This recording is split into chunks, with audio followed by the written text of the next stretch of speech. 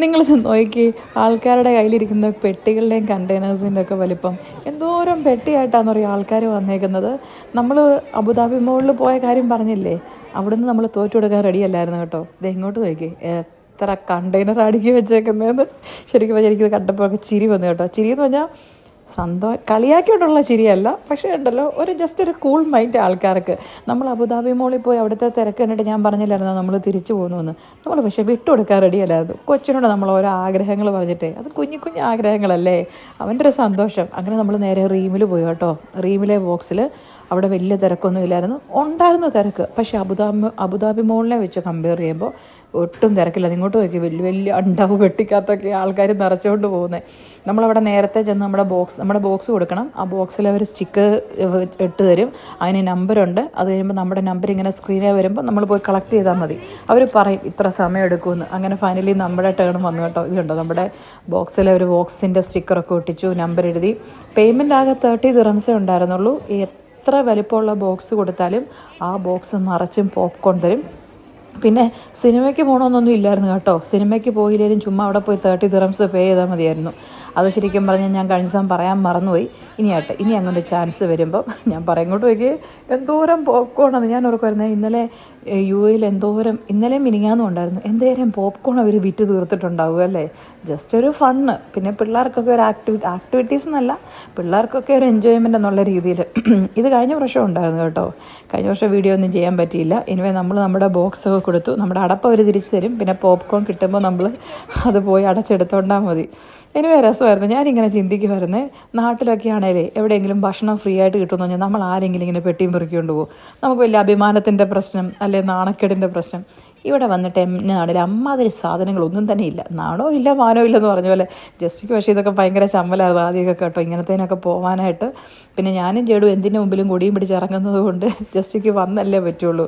അങ്ങനെ നാണോ മാനോ ഇല്ലാത്ത ഞങ്ങളുടെ വന്നിപ്പോൾ ജസ്റ്റിക്ക് അത് ഏകദേശം യൂസ്ഡായി. പക്ഷേ ചിലപ്പോഴൊക്കെ ജസ്റ്റ് പിൻവലിയും. എനിവേ ഞങ്ങളവിടെ കുറച്ച് നേരം നിന്ന് കഴിഞ്ഞപ്പോൾ പിന്നെ അവിടെ ഇഷ്ടംപോലെ സ്പേസ് ഉണ്ടായതുകൊണ്ട് കുറച്ച് നേരം അവിടെ നോക്കി നിന്നു. ഇങ്ങനെ ആൾക്കാർ വാങ്ങിച്ചുകൊണ്ട് പോകുന്നതൊക്കെ കാണാൻ നല്ല രസമല്ലേ. അവർ പറഞ്ഞാൽ വെയിറ്റ് ചെയ്യേണ്ട, നിങ്ങൾ എവിടെയെങ്കിലുമൊക്കെ ഷോപ്പിങ്ങോ ഒക്കെ ഫുഡൊക്കെ കഴിക്കാൻ പോയിട്ട് പോരെ, സാധനം റെഡിയാകുമ്പോൾ അവർ നമ്മളെ വിളിക്കും, അല്ലെ നമ്മുടെ നമ്പറുണ്ടല്ലോ, അങ്ങനെ ചെയ്യാമെന്ന്. അങ്ങനെ കുറച്ച് നേരം ഞങ്ങൾ വോക്ക് സിനിമാസിൻ്റെ ഒക്കെ അവിടെ എല്ലാം കറങ്ങി നിന്നിട്ട് ജേഡുവിന് വിശക്കുന്നതെന്ന് പറഞ്ഞു കേട്ടോ. അങ്ങനെ വിശക്കുന്നതെന്ന് പറഞ്ഞുകൊണ്ട് നമ്മൾ വിചാരിച്ചെന്നാൽ അവന് പോയി ഫുഡ് വാങ്ങിച്ചു കൊടുക്കാമെന്ന് വിചാരിച്ചിട്ട് നമ്മൾ മാക്ഡൊണാൾഡ്സിൽ പോന്നു. അത് ഞാനും ജസ്റ്റും ചെറിയൊരു ആർഗ്യുമെൻ്റ് ആയിരുന്നേ. എനിക്കിഷ്ടമല്ലേ ഈ പിള്ളേർക്ക് ഇങ്ങനെ ജങ്ക് ഫുഡ് ചുമ്മാ. അത് ഈ ആഴ്ച തന്നെ 2ാമത്തെ പ്രാവശ്യമാണ്. കൊച്ചിന് ഭയങ്കര താല്പര്യമാണ് പോകാൻ. ഇന്നും വല്ലതും കഴിക്കുകയൊക്കെ വേണ്ടില്ലെന്ന്. ഈ അതിൻ്റെ കൂടെ ഒരു ഹാപ്പി മീലിനോട് ഇത് കിട്ടുകയല്ലേ, എന്താ പറഞ്ഞ ഒരു ടോയ്, ആ ഒരു സാധനം അതുകൊണ്ട് അവൻ കഴിക്കുന്നില്ല. ഒരു ഡൈനോസറിനെ കിട്ടി, അതിന് വേണ്ടിയിട്ടാണ്. ഞാൻ കഴിഞ്ഞ ദിവസവും ജസ്റ്റോട് പറഞ്ഞാൽ വാങ്ങിച്ചു കൊടുക്കുന്നത്. അപ്പോൾ അതും പറഞ്ഞ് ഞാൻ ചെറുതായിട്ടൊന്ന് ജസ്റ്റോടൊന്ന് ആർഗ്യൂ ചെയ്തു. വഴക്കൊന്നും ഉണ്ടാക്കിയില്ല.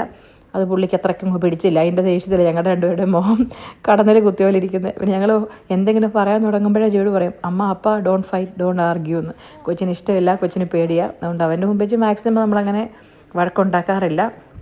ഇനിയും ജേഡുവിന് 3 മാസത്തേന് ജങ്ക് ഫുഡൊന്നും ഇല്ല, പ്രത്യേകിച്ച് മക്ഡൊണാൾഡ്സ് ഇല്ലെന്നൊക്കെ പറഞ്ഞ് അവനെ സമ്മതപത്രത്തിൽ ഒപ്പിടിപ്പിച്ചു. പിന്നെ ഞങ്ങളവിടെ നിന്ന് പോകുന്നു കേട്ടോ. അവനവിടെ നിന്ന് കഴിക്കുവാണെങ്കിൽ പിന്നെയും കുഴപ്പമില്ലെന്നേ. അങ്ങനെ പിന്നെ നമ്മൾ തിരിച്ചു വന്നു.